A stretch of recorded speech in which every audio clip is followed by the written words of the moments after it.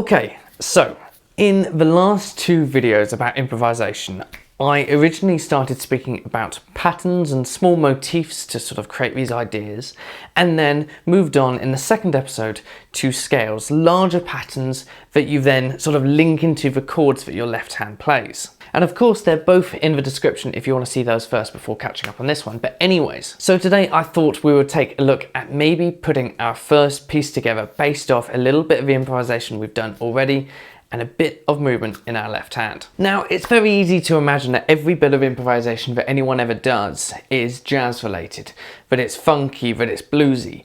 But improvisation can just mean sitting at a piano and just composing something classical, something pop related. I don't know, it can literally be anything. But if it's improvisation, it means it's come off the top of your head. So that's what we're gonna try and do today with this song, the first sort of composition that you might be jumping into. So to keep things easy, I'm going to give you a chord progression already. Now, obviously you can make up your own in the future, but there is no shame, none at all, finding other people's chord progressions, other composers' chord progressions from the past or the present, and ripping them off for your own gain.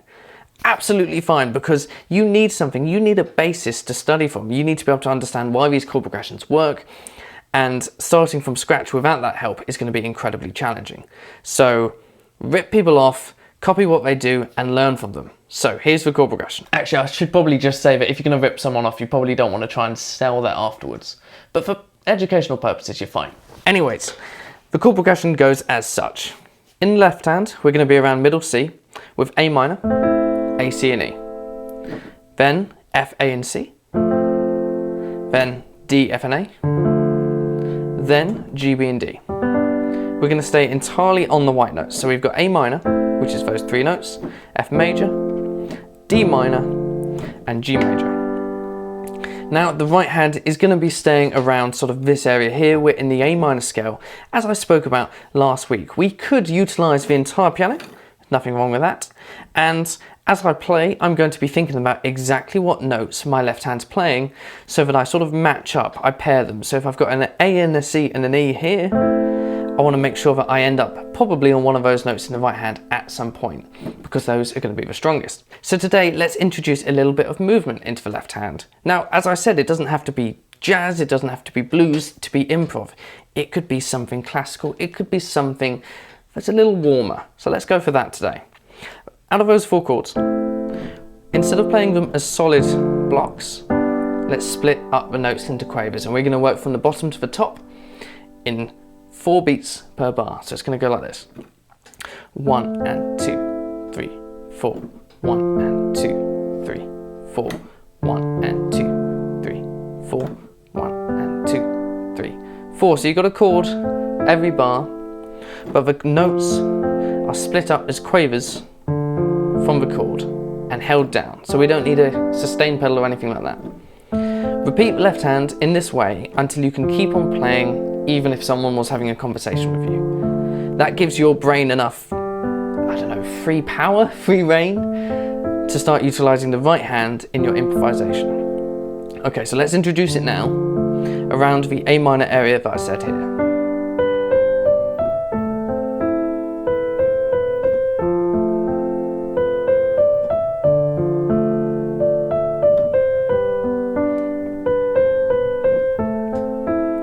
Can you hear that there's sort of a pattern going on there?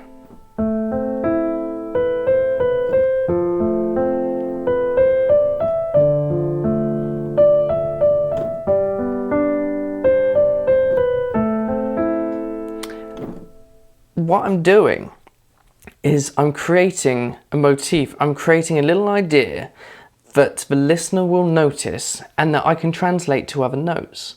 That pattern of just going backwards and forwards across two notes that are directly next to each other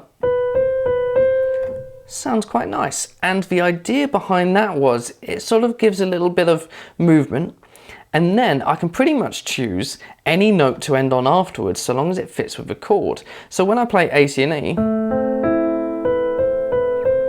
I can move my thumb to the A and play that as the next chord comes in. And the great thing about the A is it's also in the F chord anyway, so it's going to sound great. When I get to the D, I could still do the same B, C, B, C, but but I could move up to the D instead of the A this time to fit in to the G major chord, and it sounds like it resolves. If I went, it doesn't quite match, it doesn't quite sound as sort of beautiful. So make sure you've got those patterns.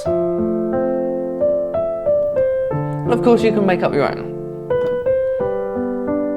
It could literally be walking up the keys, walking down the keys,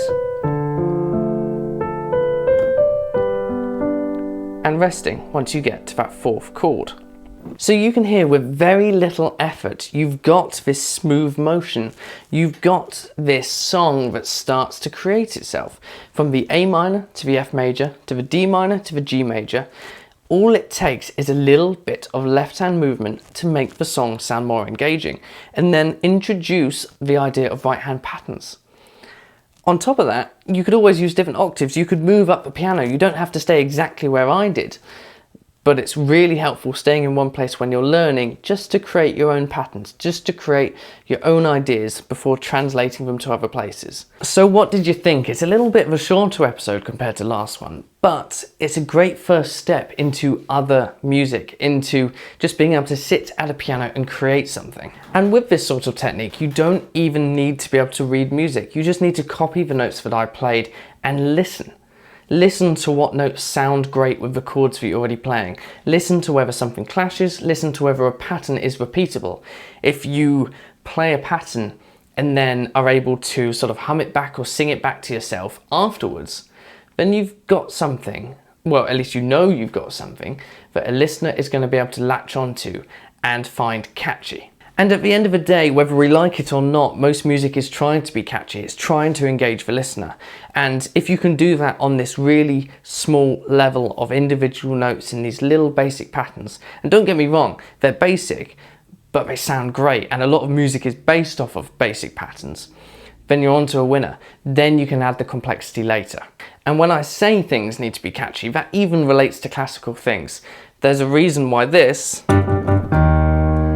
is so known by so many people. It's a riff, it's a lick, it's a motif that just gets stuck in people's heads, and your composing should reflect the same thing. That's literally 2 notes. I could do the next part, but I don't even need to. It gets stuck in your head. The same thing with, maybe if I do a bit lower. No, not there. There. 2 notes, semitone apart, but it's stuck in your head. So when you come to playing,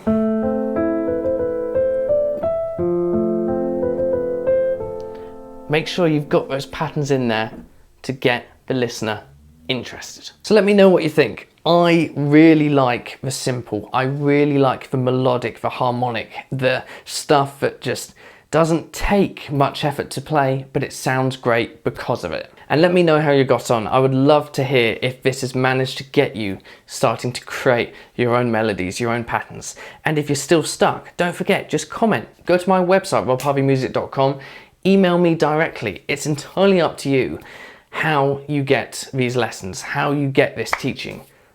But just don't get stuck. Ask out for help. So in any case, like this video if you thought it was good, dislike this video if you had an issue, but then again, please comment what the issue was as well. And don't forget to subscribe, it always helps. So I will see you tomorrow for another piano video. Stay motivated, keep practicing, and have a good one.